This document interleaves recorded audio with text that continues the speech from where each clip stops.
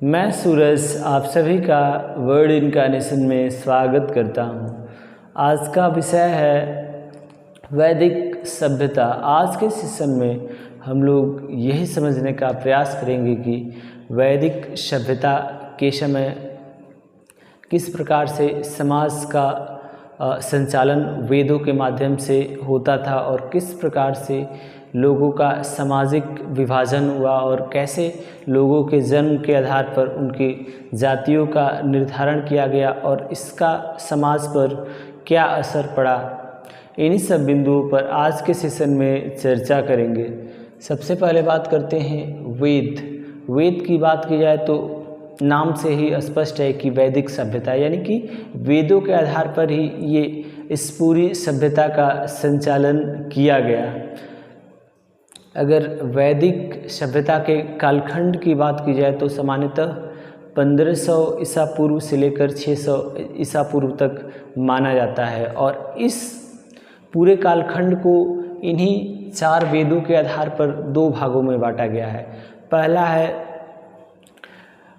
ऋग्वैदिक काल। ऋग्वैदिक काल से आशय यह है कि 1500 ईसा पूर्व से लेकर 1000 ईसा पूर्व तक के कालखंड को ऋग्वैदिक काल बोला गया, यानी कि 500 सालों तक जो ऋग्वेद था उसमें जो भी रीति रिवाज नियम थे उसी के माध्यम से पूरे शासन का संचालन होता था या समाज का संचालन होता था।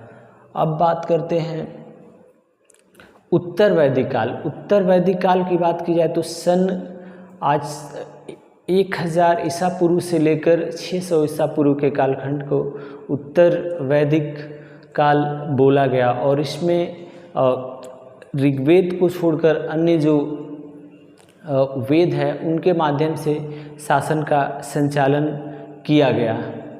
अब बात करते हैं पुरोहित। पुरोहित की बात की जाए तो जो भी वैदिक सभ्यता थी उसमें सबसे प्रमुख स्थान था पुरोहितों का, क्योंकि ये लोग जो भी समाज में पूजा पाठ या जो भी अच्छे धार्मिक संस्कार होते थे उनको करने का काम पुरोहितों का था। अब बात करते हैं राजा।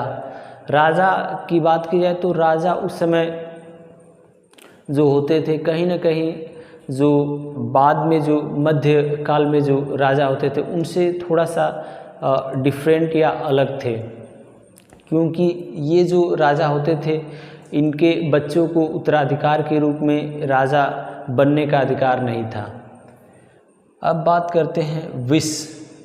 विष की बात की जाए तो कई गांवों के समूह को विष बोला जाता था और इन विष यानी कि कई गांव के जो समूह होते थे उसके अध्यक्ष को या उसके प्रमुख को विषपति बोला जाता था। अगला है जन। जन की बात की जाए तो कई विष को मिलाकर एक जन का निर्माण किया जाता था और इसके प्रमुख को जनपति बोला जाता था। अगला है महापाषाण। महापाषाण की बात की जाए तो यह एक जो कब्र बोल सकते हैं या जो भी मृत्यु के बाद लोगों के आसपास पत्थरों के माध्यम से उसके चारों तरफ पत्थर रखे जाते थे और इस प्रकार की कब्र की आकृति को ही या कब्र को ही महापाषाण बोला गया था। धन्यवाद।